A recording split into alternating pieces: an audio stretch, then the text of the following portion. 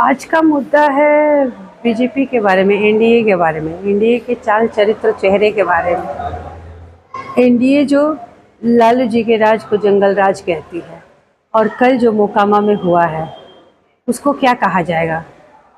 जनसुराज के समर्थक को जिस तरह से उसकी गोली मार कर निर्मम हत्या की गई है, उसको क्या कहा जाएगा? ये एनडीए के लोग ही हैं, जेडीयू के लोग। तो इस तरह के जो जंगल राज फैला करके रखे हैं कि जब चुनावी माहौल आ रहा है और उन लोग घबरा रहे हैं कि हम हार रहे हैं, तो यहाँ तक नौबत आ गई कि ये लोग हत्या तक चले जा रहे हैं कि किसी की हत्या तक कर सकते हैं। इतना भय हो गया है जनसुराज से।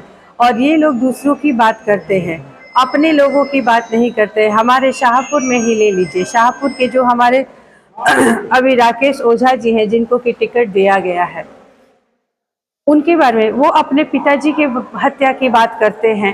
पिछली बार भी अपने पिताजी की हत्या के उसमें सिंपैथी वोट बटोरे, क्योंकि उनके पिताजी के नाम पर उनको वोट मिला था। इस बार भी वो अपने पिताजी के नाम को लेकर के चल रहे हैं। उनकी अपनी क्या उपलब्धि है ये नहीं बता रहे हैं। हर जगह वो अपने पिताजी की बात बता रहे हैं, पिताजी की हत्या की बात बता रहे कि हत्या की गई। और उन्हीं के पिताजी की जो हत्या में जिनका नाम शामिल है, हुलास पांडे जी का, तो ऐसा समय आ रहा है कि वो उन्हीं के साथ गले मिल रहे हैं। तो आखिर ये मूर्ख किसको बना रहे हैं कि जो आपके पिताजी का हत्या का दोषी है, आप उसको अपना दोस्त बना रहे हो, उनसे गले मिल रहे हो, और एक तरफ आप सुशासन की बात कर रहे हो। तो ये दो बातें कैसे हो सकती है? इसलिए मैं जनता से ये आग्रह करती हूँ कि जो भी यहाँ पे अपना जो चेहरा दो तरह का दिखाया जा रहा है, एक तरफ अपने पिताजी के नाम पर वोट मांगा जा रहा है और दूसरे तरफ उसी पिताजी के हत्यारे के साथ जो आरोपी है उसके साथ आप गले मिल रहे हैं। ये दो तरह की बातें कैसे हो सकती है? ये बात जनता को समझनी पड़ेगी कि हमारे साथ खिलवाड़ हो रहा है, हमें बरगलाया जा रहा है। जनता अगर नहीं जानेगी तो 5 साल फिर भुगतेगी। मैं ये जनता से अपील करना चाहती हूँ कि जिस तरह से ये दोनों जो एनडीए जो एनडीए के लोग हैं, पक्ष और विपक्ष वाले, महागठबंधन वाले जो हमारे विधायक जी हैं, ये दोनों लोग जब भी देखिए सिर्फ और सिर्फ अपने अपने परिवार की बात करते हैं। किसकी किसने हत्या की, कौन आएगा तो किसका बदला लेगा। जनता को ये समझना पड़ेगा कि चुनाव का समय है और ये लोग सिर्फ और सिर्फ अपनी बातें कर रहे हैं, अपने परिवार की बातें कर रहे हैं। ये लोग जनता की बात नहीं कर रहे, ये जनता के मुद्दे को नहीं उठा रहे, जनता की समस्याओं की बात कोई नहीं कर रहा है। तो जनता आप जागो और आप भी अपने बारे में सोचो। अगर आप लोग नहीं जागोगे तो जो 35 साल से आप लोग पिस रहे हो वो ऐसे ही पिसते रहोगे। आप इस दुर्दशा से नहीं निकल सकते हो। प्रशांत जी आए हैं और यहाँ पे एक नया विकल्प बनाए हैं। ये विकल्प उन्होंने ऐसे नहीं बनाया है, 3 साल उसके लिए कड़ी मेहनत की है। उन्होंने पैदल यात्रा की है, एक एक गांव का, जाड़ा हो, बरसात हो, गर्मी हो, धूप हो, किसी की परवाह किए बगैर वो एक एक गांव घूम घूम कर लोगों को समझाने का प्रयास किए हैं। और यहाँ शाहपुर में 2 साल से मैं बिना रुके हर गांव, एक एक गांव का हमने दौरा किया है, एक एक घर में गए हैं, एक एक लोग को जगाने के हमने प्रयास किया है कि आप लोग जागिए, आप लोग भी अपने बारे में सोचिए। जिस तरह से यहाँ के जो नेता है, पक्ष में है या विपक्ष में है, सबको आप लोगों ने मौका दिया है और सबको देख लिया है। ऐसा कोई नहीं है जिसको आप नहीं जानते हो। और उन्होंने क्या किया? 10 साल आपने मुनि देवी को दिया, राकेश जी के परिवार को दिया, और विधायक जी, उनके पिताजी की, उनके दादाजी की बात छोड़ दीजिए, वर्तमान का ही बात लीजिए, तो 10 साल इनको दिए। जब दोनों को आपने समय दिया और ये दोनों एक दूसरे का विकास कह रहे कि हमने विकास किया और हमने विकास किया, तो दोनों का 20 साल का विकास कहाँ गया? हमने एक मीडिया कर्मी हमसे पूछ रहे थे कि तो फिर ये बताइए कि वो कहते हैं कि विकास की बात, कि हमने विकास किया, तो हमने बोला कि विकास की परिभाषा क्या है, जरा हमें बता दीजिए कि विकास होता क्या है। तो विक्की मुनि देवी ने भी विकास किया है। क्या विकास किया है भाई? तो पुल पुलिया बनाया है, रोड बनाया है। और इधर राहुल तिवारी जी क्या कहते हैं कि पुल पुलिया बनाया है और रोड बनाया है। तो ये दोनों के पास इनका विजन देखिए और इनका विकास देखिए। इनका विकास पुल पुलिया और रोड है। क्या पुल पुलिया और रोड से एक गरीब परिवार के घर में चूल्हा जल सकता है? एक गरीब परिवार का बच्चा पढ़ सकता है? एक गरीब परिवार के बेटे को क्या रोजगार बिहार में मिल सकता है? ये सवाल है। तो ये लोग जनता की बात न करके अपनी बातें कह रहे हैं कि हम आएंगे तो अपना बदला लेंगे, हम आएंगे तो अपना बदले। ये बदले की बात कर रहे हैं, हत्या की बात कर रहे हैं, लेकिन जनता की बात नहीं कर रहे हैं। इसलिए मैं बार बार आग्रह करती हूँ जनता से कि इस बार आप लोग सोचिए और समझिए, समझ करके वोट करिए अपने बच्चे के लिए, अपने परिवार के लिए। अगर आप लोग ऐसा नहीं करिएगा तो 5 साल और भुगतिएगा। सही गलत का फर्क आप सभी करना जानते हैं। आप सही आदमी को चुनिए।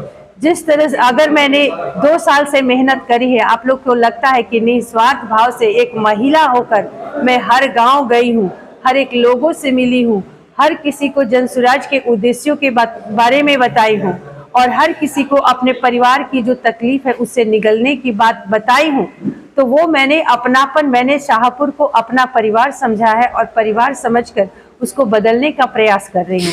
क्योंकि मैंने भी अपना घर और परिवार छोड़ा है, मैंने अपने बच्चों को बेंगलोर में छोड़ा है। इसलिए छोड़ा है कि मैं शाहपुर को ठीक कर सकूँ। शाहपुर में जो भ्रष्टाचार फैला है, शाहपुर में जो आतंक फैला रखे हैं, उन सब चीज़ों को यहाँ पे ठीक किया जाए, व्यवस्थित किया जाए। क्योंकि हमारी ज़िंदगी तो बन गई थी, लेकिन हमारे परिवार, हमारे विधानसभा के लोग जो प्रताड़ित हो रहे हैं, जो कुंठित हैं, अगर उनको उनकी समस्याओं से मैं नहीं निकालूं तो ये मेरा दुर्भाग्य होगा।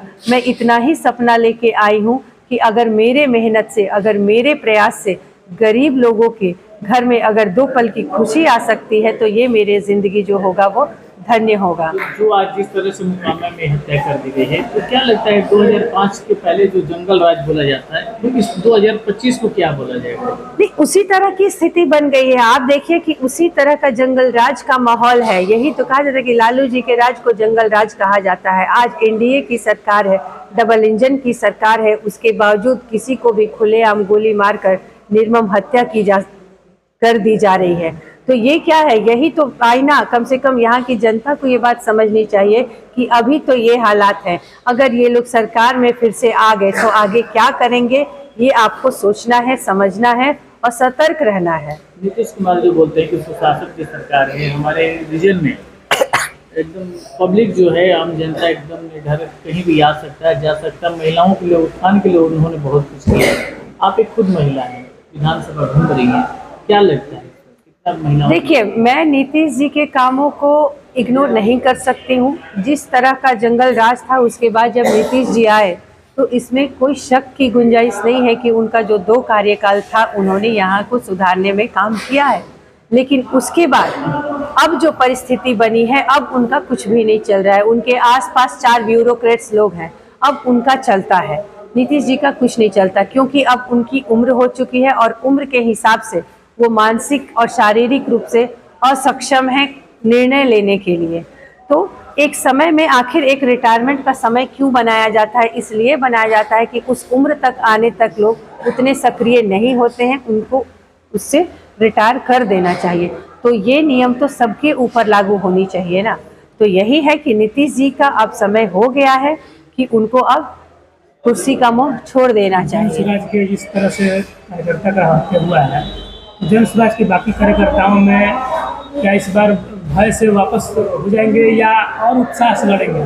क्या बात करते हैं, इससे हमारा उत्साह दुगना हुआ है कि हम डर करके हम लोग पीछे हटने वाले हैं। आपको क्या ऐसा लगता है क्या कि हम लोग डर जाएंगे? और जनता में भी आक्रोश की भावना है कि ये लोग, जो आदमी जनता की बात कर रहा है, उनके बातों को दबाने के लिए ये लोग उस लेवल तक जा रहे हैं कि उसकी हत्या तक कर दे रहे हैं, वो भी खुलेआम। तो जनता को ये चीज़ समझ में आ रही है और इसका असर जो होगा वो विपरीत होगा। जनता और बढ़ चढ़कर इसमें हिस्सा लेगी, क्योंकि वो नहीं चाहती है कि आने वाला दिन जंगल राज हो।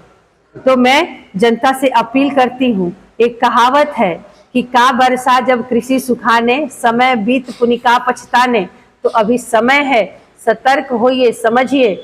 ये नहीं कि एक बार गलती से फिर आप गलत लोगों को चुन ली और चुनने के बाद में फिर पछताइएगा कि हमने गलती कर दी। गलती करने से अच्छा है 4-5 दिन का समय है, आप लोग सोचिए, समझिए, सभी के चाल चरित्र और चेहरे को जानिए और पहचानिए, और पहचान कर अपने लिए, अपने परिवार के लिए सही आदमी को चुनिए, सही आदमी को वोट कीजिए, जिससे कि आपके बच्चे की जीवन सुधरे, भविष्य सुधरे और आपका परिवार आगे बढ़े। शाहपुर विधानसभा में विपक्ष ये बोल रहा है कि जन सुराज से लड़ाई नहीं है, एनडीए और आरजेडी के बीच है। जन सुराज तो वोट काटने के लिए आया है, वोट कटवा बोल रहा है। पक्ष और विपक्ष जो बोल रहा है यहाँ पे त्रिकोणीय लड़ाई है, वो डर के मारे नहीं बोल पा रहे हैं। ठीक है, कि वो दो ही इसलिए बोल रहे हैं, अगर उनको डर नहीं होता तो यहाँ पे योगी आदित्यनाथ जी नहीं आते। अब शाहपुर में वो ये इत्तेफाक नहीं है, अगर उनको डर नहीं होता तो हमारे केंद्रीय मंत्री को यहाँ नहीं बुलाया जाता, पवन सिंह को शाहपुर में नहीं बुलाया जाता।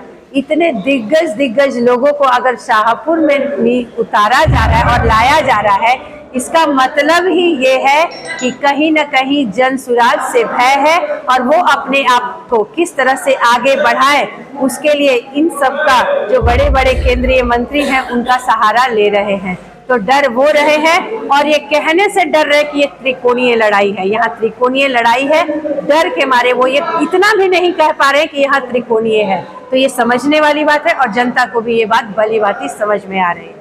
ठीक है, बहुत बहुत धन्यवाद।